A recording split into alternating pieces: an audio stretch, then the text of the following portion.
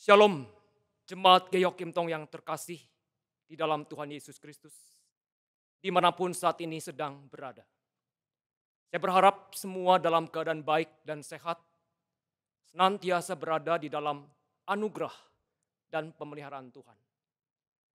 Mari sebelum kita bersama-sama membaca dan merenungkan firman Tuhan, saya mengajak kita semua untuk berdoa. Bapa dalam surga, kami mengucap syukur.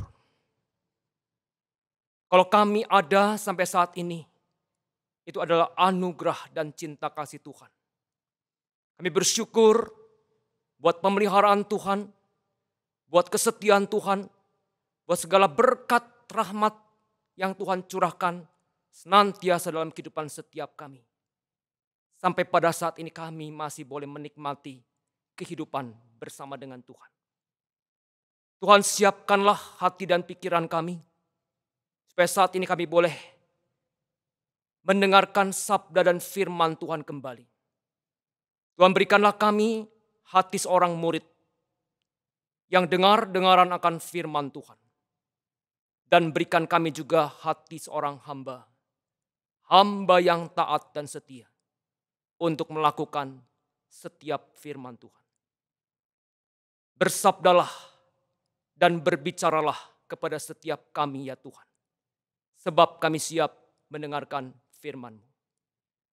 Di dalam nama Tuhan Yesus, firman yang hidup, kalam yang sejati, kami berdoa. Amin. Firman Tuhan pada hari Minggu ini diambil dari kitab Yosua pasal 7 ayat 1 sampai 15, kemudian ayat 19 sampai dengan 26. Tetapi orang Israel berubah setia dengan mengambil barang-barang yang dikhususkan itu, karena Akan bin Karmi bin Zabdi bin Zerah dari suku Yehuda mengambil sesuatu dari barang-barang yang dikhususkan itu. Lalu bangkitlah murka Tuhan terhadap orang Israel. Yosua menyuruh orang dari Yeriko ke Ai yang letaknya dekat Bet Awen di sebelah timur Betel, dan berkata kepada mereka demikian, pergilah ke sana dan intailah negeri itu. Maka pergilah orang-orang itu ke sana dan mengintai kota Ai. Kemudian kembalilah mereka kepada Yosua dan berkata kepadanya, tidak usah seluruh bangsa itu pergi. Biarlah hanya kira-kira 2 atau 3.000 orang pergi untuk mengempur Ai.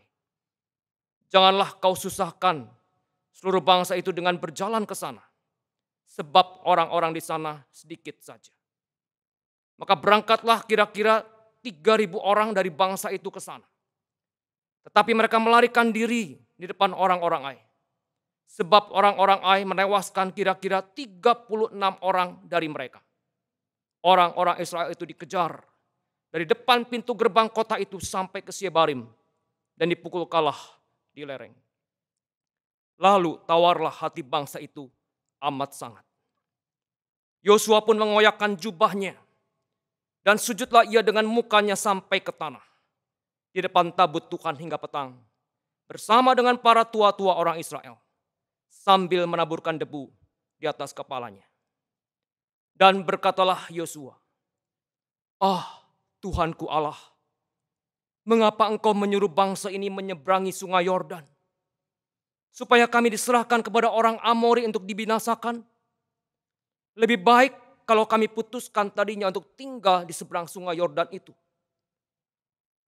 Oh Tuhan, apakah yang akan kukatakan setelah orang Israel lari membelakangi musuhnya? Apabila hal itu terdengar oleh orang Kanaan dan seluruh penduduk negeri ini, maka mereka akan mengepung kami dan melenyapkan nama kami dari bumi ini.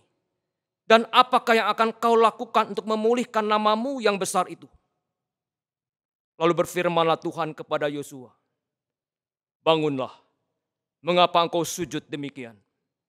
Orang Israel telah berbuat dosa, mereka melanggar perjanjianku yang kuperintahkan kepada mereka. Mereka mengambil sesuatu dari barang-barang yang dikhususkan itu. Mereka mencurinya, mereka menyembunyikannya, dan mereka menaruhnya di antara barang-barangnya. Sebab itu, Orang Israel tidak dapat bertahan menghadapi musuhnya. Mereka membelakangi musuhnya. Sebab mereka itu pun dikhususkan untuk ditumpas. Aku tidak akan menyertai kamu lagi. Jika barang-barang yang dikhususkan tidak kamu punahkan dari tengah-tengahmu. Bangunlah, kuduskanlah bangsa itu dan katakan, kuduskanlah dirimu untuk esok hari, sebab demikianlah firman Tuhan Allah Israel. Hai orang Israel, ada barang-barang yang dikhususkan di tengah-tengahmu. Kamu tidak akan dapat bertahan menghadapi musuhmu sebelum barang-barang yang dikhususkan itu kamu jauhkan dari tengah-tengahmu. Besok pagi, kamu harus tampil ke muka suku demi suku. Dan suku yang ditunjuk oleh Tuhan harus tampil ke muka kaum demi kaum. Dan kaum yang ditunjuk oleh Tuhan harus tampil ke muka keluarga demi keluarga. Dan keluarga yang ditunjuk oleh Tuhan harus tampil ke muka seorang demi seorang. Dan siapa yang didapati menyimpan barang-barang yang dikhususkan itu akan dibakar dengan api. Ia dan segala sesuatu yang ada padanya. Sebab ia telah melanggar perjanjian Tuhan dan berbuat noda di antara orang Israel. Ayat yang ke-19. Berkatalah Yosua kepada Akan, anakku, hormatilah Tuhan Allah Israel dan mengakulah di hadapannya. Katakanlah kepadaku, apa yang kau perbuat, jangan sembunyikan kepadaku. Lalu Akan menjawab Yosua, katanya, benar, akulah yang berbuat dosa terhadap Tuhan Allah Israel. Sebab beginilah perbuatanku. Aku melihat di antara barang-barang jarahan itu, jubah yang indah, buatan Sinear, dan 200 sikal perak, dan sebatang emas yang 50 sikal beratnya. Aku mengingininya, maka ku ambil. Semuanya itu disembunyikan di dalam kemahku, dalam tanah, dan perak itu di bawah sekali. Lalu Yosua menyuruh orang segera pergi ke kemah itu. Dan sesungguhnya semuanya itu disembunyikan dalam kemah Akan. Dan perak itu ada di bawah sekali. Maka mereka mengambil semuanya itu dari dalam kemah. Lalu membawanya kepada Yosua dan kepada semua orang Israel. Dan mencurahkannya di hadapan Tuhan. Kemudian Yosua beserta seluruh Israel mengambil Akan bin Zerah. Dan perak, jubah, dan emas sebatang itu. Anaknya yang laki-laki dan perempuan. Lembunya, keledainya dan kambing dombanya, kemahnya dan segala kepunyaannya. Lalu semuanya itu dibawa ke lembah Akor. Berkatalah Yosua, seperti engkau mencelakakan kami, maka Tuhan pun mencelakakan engkau pada hari ini. Lalu seluruh Israel melontari dia dengan batu. Semuanya itu dibakar dengan api dan dilempari dengan batu. Sesudah itu didirikanlah di atas suatu timbunan batu yang besar, yang masih ada sampai sekarang. Lalu surutlah murka Tuhan yang bernyala-nyala itu. Oleh sebab itu, nama tempat itu sampai sekarang disebut lembah Akor. Selamat dan berbahagia mereka yang membaca, mendengar, merenungkan serta melakukan firman Tuhan ini di dalam kehidupannya setiap hari. Amin. Saudara-saudara, sepasang suami istri pada satu malam pergi menuju sebuah hotel berbintang. Mereka akan menghadiri acara resepsi pernikahan putri direktur utama, di mana sang suami bekerja di perusahaan itu. Mobil yang mereka kendarai itu berhenti di satu perempatan jalan. Tepat di atas mobil itu, cahaya lampu penerangan jalan menyorot masuk ke dalam mobil mereka. Secara tidak sengaja, si suami melihat ke bawah ke arah kaki istrinya. Sang suami berkata dalam hatinya, waduh, celaka ini. Kenapa sepatu sekretarisku ada di situ? Kalau sampai istriku tahu, habislah sudah. Bagaimanapun juga, aku harus menyingkirkan sepatu itu. Sang suami mulai gugup. Dia berusaha mencari akal bagaimana caranya untuk menyingkirkan sepatu itu. Dan tiba-tiba ide jahatnya pun muncul. Mam, lihat tuh iklan reklame di pojok jalan itu. Bagus ya. Iklan reklame yang mana? Sambut istrinya pula. Yang itu tuh sambil menepikan mobilnya, si suami menunjukkan jarinya pada sebuah papan iklan reklame. Saat si istri memalingkan pandangannya ke arah papan iklan reklame di sebelah kiri jalan. Dengan secepat kilat si suami meraih sepatu di bawah kaki istrinya itu dan melemparkannya keluar.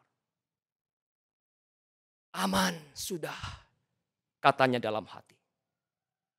Setibanya di hotel yang mereka tuju, sang suami segera turun dari mobil lalu membukakan pintu untuk istrinya.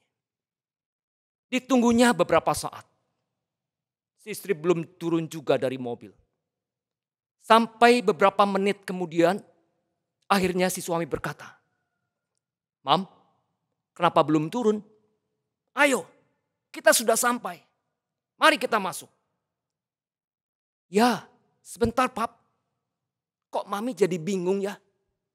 Kenapa sepatu Mami yang sebelah kanan tidak ada?" Ceritanya boleh saudara lanjutkan sendiri.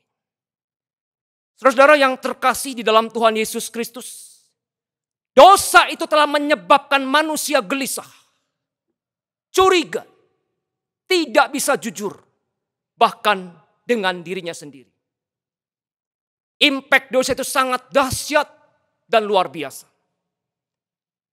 Anthony Hoekema mengatakan, dosa itu bukan hanya merusak hubungan manusia dengan Allah, tetapi dosa itu merusak hubungan manusia dengan sesamanya. Dan merusak seluruh pola hidup dan perilaku. Nilai diri. Bahkan manusia tidak bisa menghargai dan menghormati dirinya sendiri. Saudara-saudara, dalam 6 pasal dari kitab Yosua yang sebelumnya, kita bisa membaca di sana. Setelah kemenangan demi kemenangan yang begitu gemilang diperoleh bangsa Israel. Seolah-olah sang narator cerita ini membalikkan kisah ini dengan begitu kontras dan bertolak belakang. Satu kemenangan tidak menjamin kemenangan selanjutnya. Kemenangan bisa saja diikuti oleh kekalahan. Jika kemenangan itu membangun keyakinan kita kepada Tuhan dan kebergantungan kita kepadanya, serta bertujuan untuk mendatangkan kemuliaan dan kebesaran nama Tuhan, kemenangan itu pasti terjadi.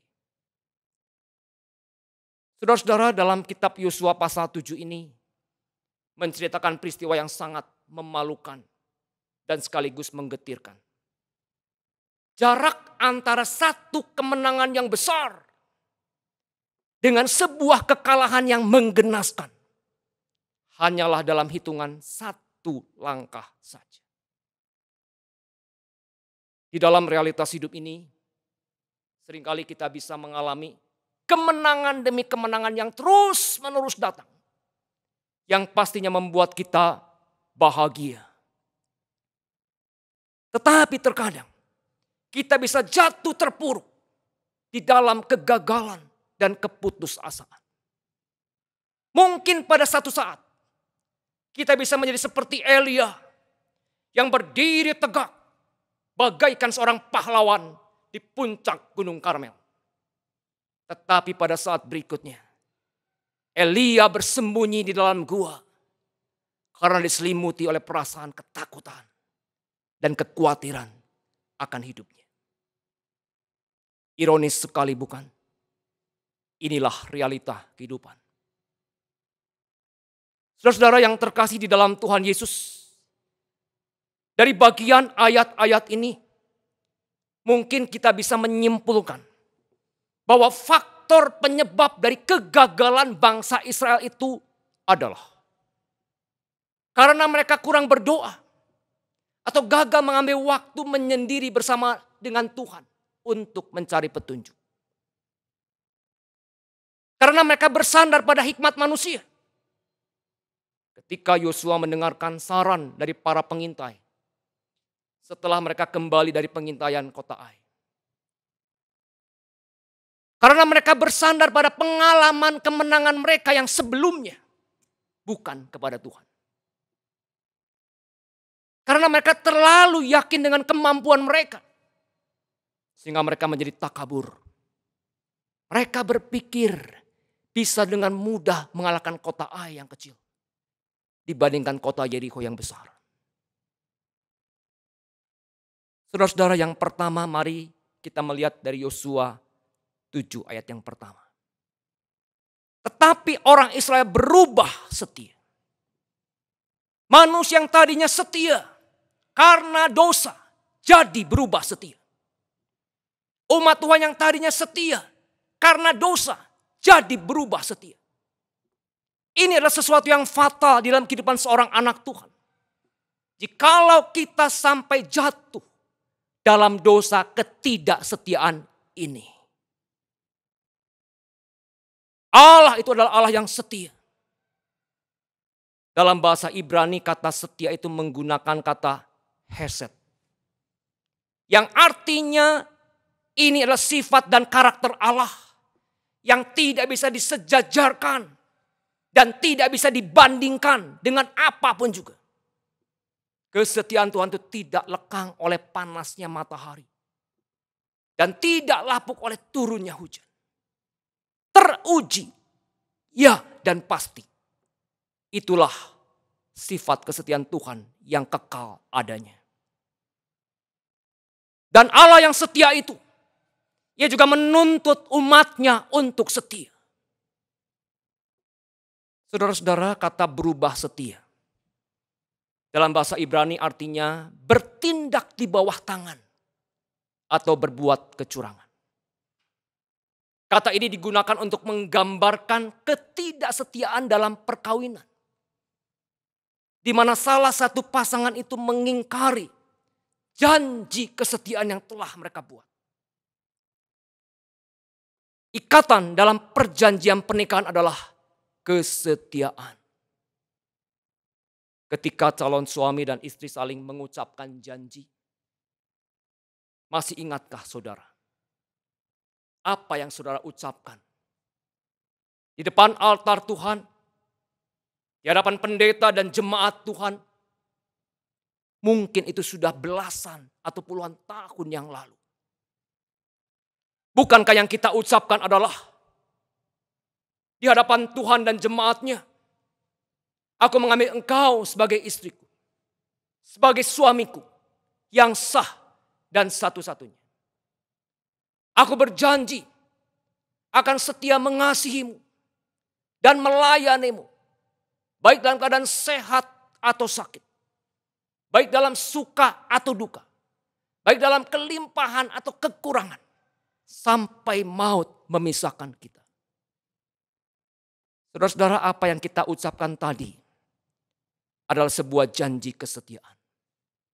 Untuk hidup seia sekata, seiring sepenanggungan bersama dengan pasangan kita. Jadi kesetiaan adalah sesuatu yang Tuhan tuntut dari hidup kita. Sebab Tuhan adalah setia. Dan kesetiaan Tuhan sudah dibuktikan dalam sejarah umat Israel. Dari masa ke masa, dari waktu ke waktu, Tuhan eksis, Tuhan hadir dan Tuhan ada bersama dengan umatnya. Dalam segala keadaan yang mereka alami. Persoalannya sekarang.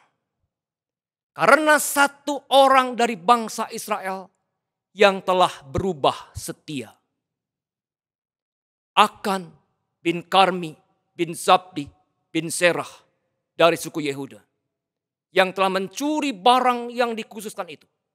Tetapi semua umat Tuhan yang lainnya terkena hukuman. Mengapa? Karena dosa satu orang. Tuhan harus menghukum satu bangsa. Saudara-saudara, istilah ini dikenal dengan sebutan corporate solidarity.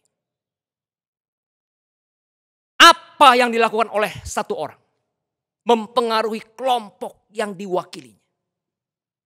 Ini bukan berarti orang-orang yang lain tidak berdosa. Itu juga tidak berarti hanya akan satu-satunya yang berdosa. Namun dosa ini adalah dosa yang memiliki satu sifat ketidaktaatan. Dan pemberontakan langsung kepada Tuhan. Dan Tuhan harus melakukan ini. Untuk mengajarkan kepada bangsa Israel. Tuhan memandang Israel sebagai satu kesatuan. Apa yang dilakukan oleh satu orang dianggap sebagai dosa keseluruhan bangsa. Karena kehidupan bersama dari orang Israel. Satu orang percaya berdosa, itu akan mempengaruhi siapa saja. Sikap akan juga menunjukkan kondisi seperti itu. Yang kalau dibiarkan, pastinya akan mempengaruhi kelompok dan komunitas yang lainnya. Saudara-saudara, nama akan sendiri artinya adalah persoalan. Jadi Yosua akan mengumumkan bahwa Tuhan akan menimpakan persoalan ini kepada Akan yang menjadi pembuat persoalan bagi bangsa Israel karena dosanya. Rasul Paulus juga melihat prinsip solidaritas yang sama untuk gereja. Ini dicatat di dalam surat 1 Korintus pasal 5 ayat 6 sampai dengan 13. Dosa yang tidak dihakimi akan merusak satu persekutuan. Saudara-saudara, Tuhan tidak pernah main-main. Dia tidak bisa kompromi dengan dosa ketidaksetiaan ini. Di dalam Yosua pasal 6 ayat 18. Ada perjanjian Tuhan di sana. Perjanjian antara Tuhan dengan umat Israel. Serta akibat-akibatnya jikalau mereka melanggar perjanjian itu. Tetapi kamu ini, jagalah dirimu terhadap barang-barang yang dikhususkan untuk dimusnahkan. Supaya jangan kamu mengambil sesuatu dari barang-barang yang dikhususkan itu. Setelah mengkhususkannya. Dan dengan demikian membawa kemusnahan atas perkemahan orang Israel. Dan mencelakakannya. Jadi jangan menyebut kalau Tuhan itu kejam. Lihat bagaimana Tuhan memimpin dan memelihara perjalanan umat Israel. Dalam Yosua pasal 3. Tuhan memimpin umat Israel untuk menyeberang sungai Yordan. Sehingga air sungai Yordan itu terputus menjadi bendungan. Dan umat Israel dapat menyeberang dengan aman. Dalam Yosua pasal yang ke-6. Di sana dikisahkan bagaimana Tuhan menyerahkan kota Yeriko ke tangan umat Israel dengan cara yang spektakuler. Kurang apa kesetiaan Tuhan kepada umatnya? Dan kalau Tuhan menuntut kesetiaan yang penuh dari umatnya, bukankah itu adalah sesuatu yang wajar? Firman Tuhan dalam Yosua pasal 7 ayat 15b berkata, sebab ia telah melanggar perjanjian Tuhan dan berbuat noda di antara orang Israel. Saudara-saudara, kata noda dalam bahasa Ibrani adalah a'abar, yang artinya berbuat kecemaran. Berbuat kejahatan yang sudah direncanakan. Kata ini juga sering digunakan untuk menunjukkan dosa perzinahan. Kata ini juga digunakan oleh Nabi Nathan untuk menegur Daud yang berzina dengan Batsheba. Perbuatan itu adalah sesuatu yang mendukakan dan menyakitkan hati Tuhan. Akibat dari kejahatan Daud, Tuhan menghukum Daud sampai kepada keluarganya. Anak yang dikandung oleh Batsheba itu mati. Kemudian dalam keluarga Daud terjadi pertumpahan darah. Absalom memberontak. Membunuh putra-putra raja yang lain. Aib dan hukuman Tuhan tidak lepas dari keluarga Daud. Dosa ada di perkemahan Israel. Dan Tuhan tidak akan memberkati mereka selama keadaan tidak berubah. Saudara-saudara, ada satu mainan pada waktu saya kecil dulu. Yang sering dimainkan bersama keluarga. Yaitu mainan ular tangga. Bermain ular tangga itu menarik, seru, dan mencairkan suasana. Apalagi kalau sampai dapat kesempatan terus-terusan untuk naik tangga, naik lagi dan naik lagi. Tetapi pada saat langkah kita masuk ke dalam kotak yang ada ekor ularnya, aturan dari permainan itu adalah kita diharuskan untuk turun. Turun satu kali, mungkin itu belum apa-apa. Masih bisa tertawa. Tetapi kalau terus-menerus sampai berkali-kali harus turun. Apalagi kalau sampai masuk ke kotak ekor ular yang panjang. Kita akan meluncur turun. Dan turunnya itu tidak tanggung-tanggung. Meluncur dengan cepat sampai ke kotak paling bawah. Sehingga harus mengulang kembali permainan ini dari awal. Pastinya kita tidak senang. Mungkin juga mulai frustasi. Bagaimana bisa menang? Kapan sampai ke tempat yang paling atas? Kalau harus kembali lagi dari bawah dan mulai dari awal lagi. Saudara-saudara, lewat mainan ular tangga ini, ada pelajaran penting yang bisa kita peroleh di dalamnya. Mainan ular tangga ini mengajarkan kepada kita bagaimana menghadapi hidup ini. Itulah realita kehidupan yang sesungguhnya. Hidup ini tidak selalu berada di atas, di puncak yang paling tinggi, di tempat yang paling top. Namun terkadang di dalam hidup ini, kita bisa berada di titik terendah, yang paling akhir, di tempat yang paling bawah. Dalam situasi saat ini, mungkin di antara kita sedang berada di dalam kondisi yang sama. Ada yang dalam usaha dan bisnisnya harus berhenti di kotak ekor ular yang pendek. Ada yang dalam pekerjaannya terpaksa harus berhenti di kotak ekor ular yang panjang. Atau mungkin ada yang sedang bergumul dalam persoalan yang sangat berat dan berkali-kali masuk ke dalam kotak ekor ular dan harus turun dan turun lagi.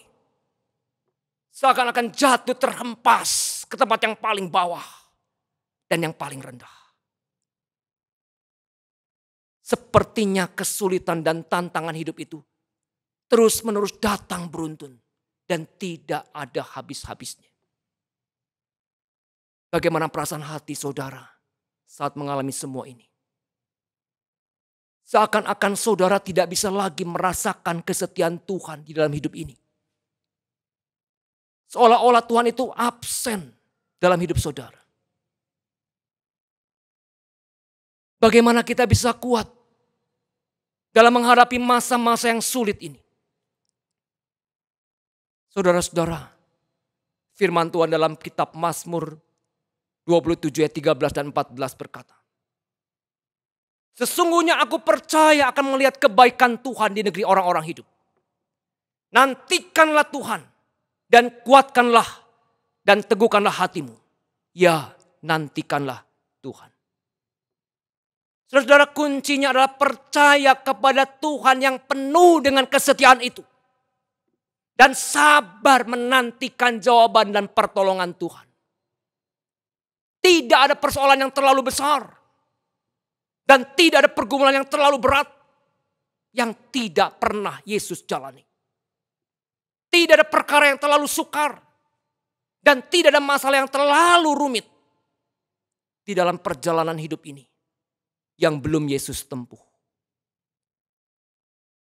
Pertanyaannya sekarang. Masihkah kita percaya kepada kesetiaan Tuhan? Dan masihkah kita sabar menantikan jawaban Tuhan? Janganlah sampai kita menjadi orang percaya yang berubah setia. Yang kedua, saudara, mari kita melihat dalam Yosua pasal 7 ayat yang ke-21. Aku melihat di antara barang-barang jarahan itu, jubah yang indah buatan Sinear.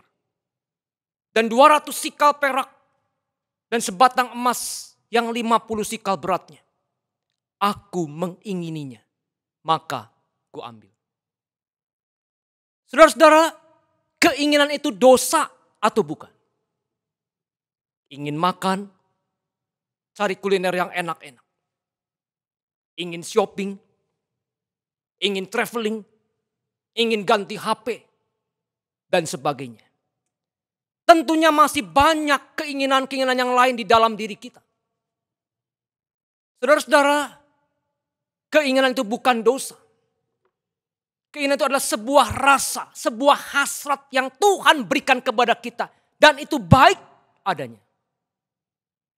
Tetapi dosa itulah yang membuat keinginan yang ada dalam hati kita itu rentan.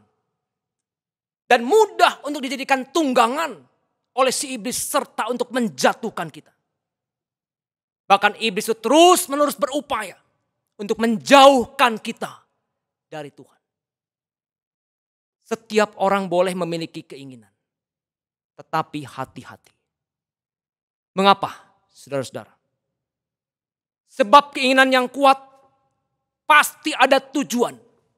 Pasti ada dorongan yang kuat. Dan pasti ingin segera dicapai dan dilampiaskan. Bisa jadi iblis itu sudah memasukkan rencana-rencananya. Strategi-strateginya. Dengan berbagai cara. Supaya semua keinginan itu bisa segera terwujud. Contoh dalam Injil Lukas 22 ayat yang ketiga. Di sana dikatakan. Maka masuklah iblis ke dalam Yudas yang bernama Iskariot. Seorang dari ke-12 murid itu. Kata masuklah iblis dalam konteks ayat ini adalah cara, strategi dan siasat iblis untuk mempengaruhi hati dan pikirannya Yudas Iskariot. Jadi semua itu semata-mata bukan murni pikirannya Yudas.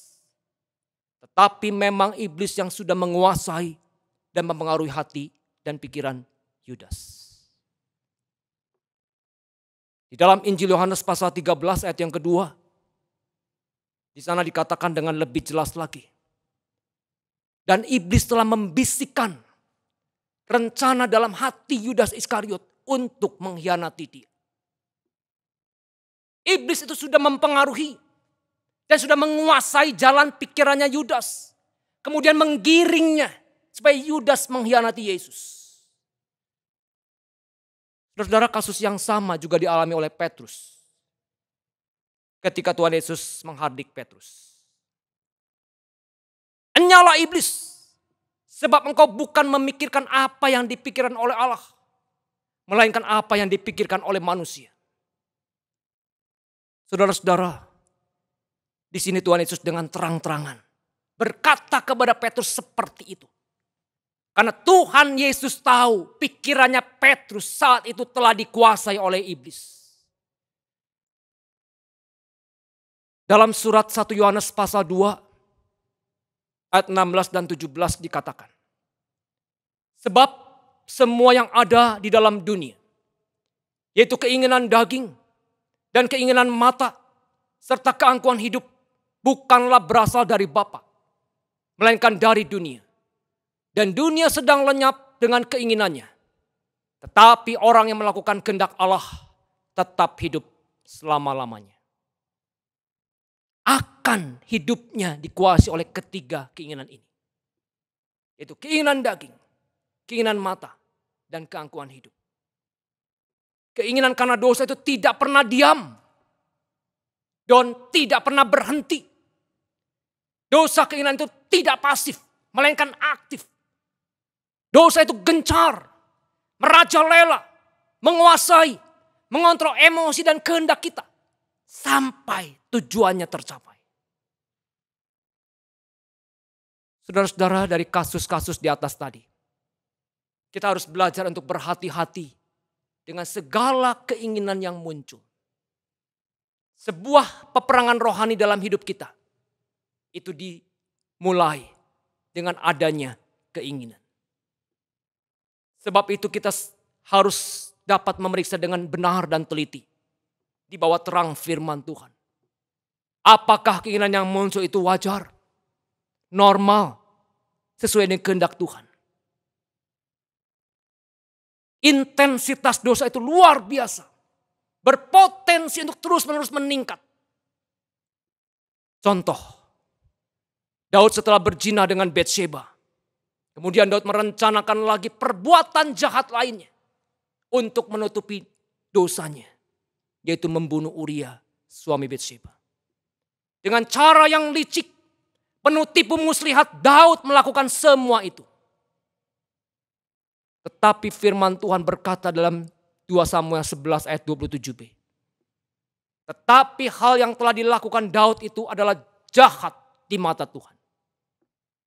Jangan main-main dengan dosa keinginan yang satu ini.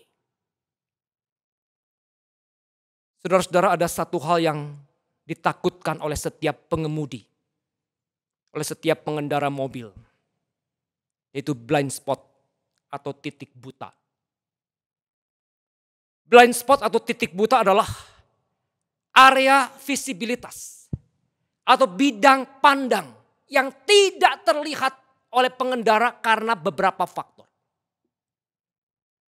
Setiap kita memiliki titik buta yang kita sendiri pun mungkin tidak menyadarinya dan bisa menjadi titik kelemahan kita. Akan itu kelemahannya di mana? Dengan masalah harta. Yudas itu kelemahannya di mana? Dalam hal keuangan. Daud punya kelemahan dengan wanita. Sebab itu Daud jatuh dalam dosa perzinahan. Musa punya kelemahan dalam emosi. Ia tidak bisa menahan kemarahannya saat berhadapan dengan sifat bangsa Israel yang keras kepala. Apa yang menjadi kelemahan saudara? Saudara-saudara, di dalam setiap pekerjaan yang kita kerjakan, ada berkat, tetapi juga ada bahaya. Dalam setiap aktivitas yang kita lakukan, ada peluang, tetapi juga ada resiko.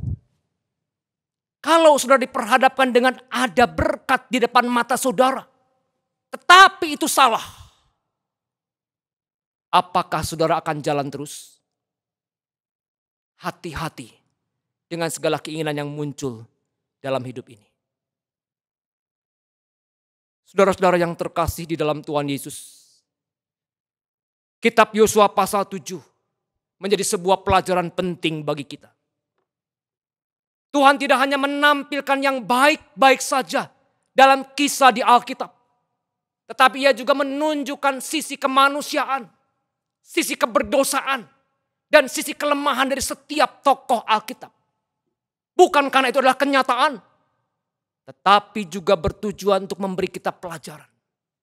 Untuk memberikan kita kekuatan dan pengharapan. Sesungguhnya, kegagalan dapat menjadi jalan belakang menuju keberhasilan. Sebuah kegagalan mungkin bisa menjadi awal dari keberhasilan. Tergantung seperti apa kita meresponnya. Kegagalan dan pertobatan yang benar dapat membuat kita semakin jelas mengenal kasih karunia Tuhan. Sebab Tuhan yang kita kenal di dalam Yesus Kristus adalah Tuhan yang penuh dengan belas kasihan. Tuhan yang penuh dengan kemurahan.